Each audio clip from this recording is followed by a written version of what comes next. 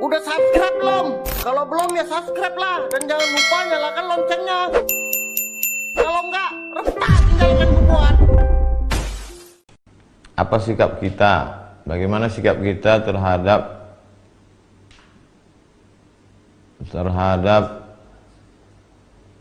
beberapa daerah yang mengosongkan masjid, tidak melaksanakan sholat Jumat dan sholat berjamaah?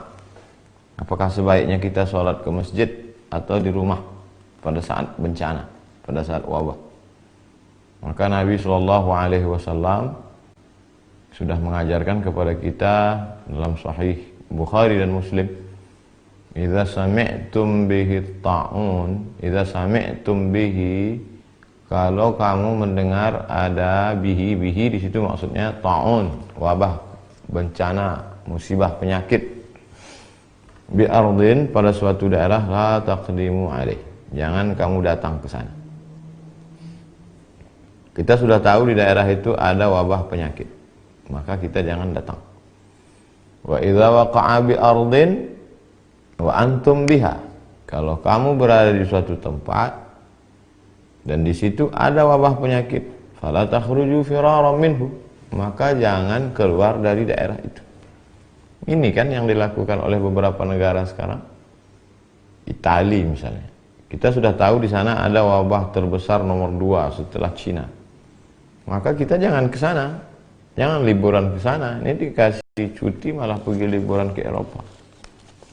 Dan kalau kita udah sempat ke sana, maka jangan pulang ke Indonesia. Alhamdulillah sekarang sudah ada karantina 14 hari untuk sterilisasi. Kalau sudah bersih, dia steril, tidak ada membawa virus, baru dia boleh lagi berinteraksi sosial dengan masyarakat. Lalu ada sebagian orang mengatakan, untuk apa kita takut bencana? Kita kan takutnya kepada Allah Subhanahu wa taala. Loh, ini kan yang mengajarkan Nabi Muhammad sallallahu alaihi wasallam. Kata Nabi, firra minal majzum, firra, larilah engkau, minal majzum. Kalau ada orang yang terkena penyakit menular, di sini dalam konteks ini Nabi menyebutkan penyakit kusta. Firra minal, larilah engkau dari orang yang kena penyakit kusta, firaraka minal asad, seperti engkau lari dari singa.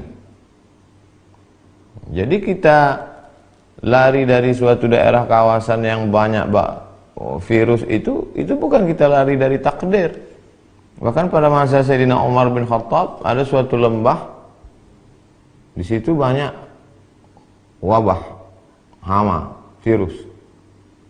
Kemudian kata Umar bin Khattab, mari kita pindah ke tempat yang tidak ada manusia di situ, yang bersih, steril. Loh, kalau begitu kita lari dari takdir, kita pindah dari takdir yang buruk ke takdir yang baik. Nah, jadi bukan berarti ketika ada orang terkontaminasi bakteri lalu saya tidak takut pada bakteri, hanya takut pada Allah. Itu tidak betul. Kita sudah meninggalkan sunnah Rasulullah SAW. Bagaimana kalau ada orang yang jelas-jelas tertular, kena virus, lalu dia ingin bersalaman dengan kita? Zaman Nabi pernah itu. Ada orang yang sudah terkena penyakit kusta menular. Kata Nabi, inna qad baya'naka farji', kami sudah membaiat engkau, sudah berbaiat.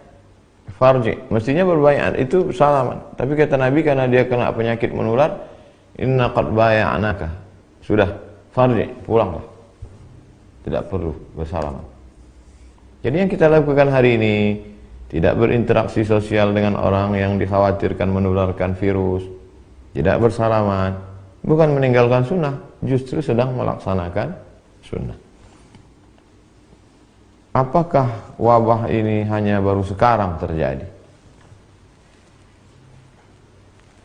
Kita baca apa yang disebutkan oleh Imam Az-Zahabi dalam kitab Syiar A'lam An-Nubala. Wa kana al-qahtu 'aziman bi Misra. Pernah suatu masa terjadi di Mesir itu masa paceklik.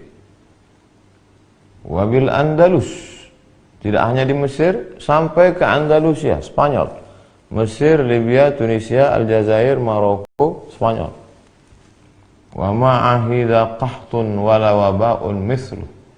Belum pernah terjadi masa paceklik, kemarau panjang dan wabah penyakit sedahsyat itu. Bi Qurtubah di Spanyol, di Andalusia. Hatta baqiyatil masajidu mughlaqah. Sampai masjid-masjid ditutup. Bila musallin, tidak ada orang salat. Masjid tutup, tak ada salat. Sama seperti sekarang. Wa summiya 'amul ju'il akbar. Tahun itu disebut dengan tahun al-ju'il akbar. Tahun kelaparan, wabah penyakit terdahsyat, terbesar dalam sejarah. Begitu kata Imam. Jadi jangan pernah kita merasa memang ini lagi takdir kita. 1820 pernah terjadi. Dulu ada namanya kolera, dulu pernah ada flu burung, dulu pernah ada medco. Dan ini takdir. Makanya di antara rukun iman, antu'mina billah wa malaikatihi wa kutubihi wa rusulihi wal yawmil akhir wa biqadri khairihi wa syarrihi. Oleh sebab itu bagaimana sikap kita? Ati'ullah, ta'at kepada Allah, wa ati'ur rasul, ta'at kepada Rasulullah SAW, wa ulil amri ulama. Majelis Ulama Indonesia sudah mengeluarkan tentang masalah sholat berjamaah, tentang masalah tidak berkerumun, dan saya pribadi tidak melaksanakan tabligh akbar untuk menjaga ini.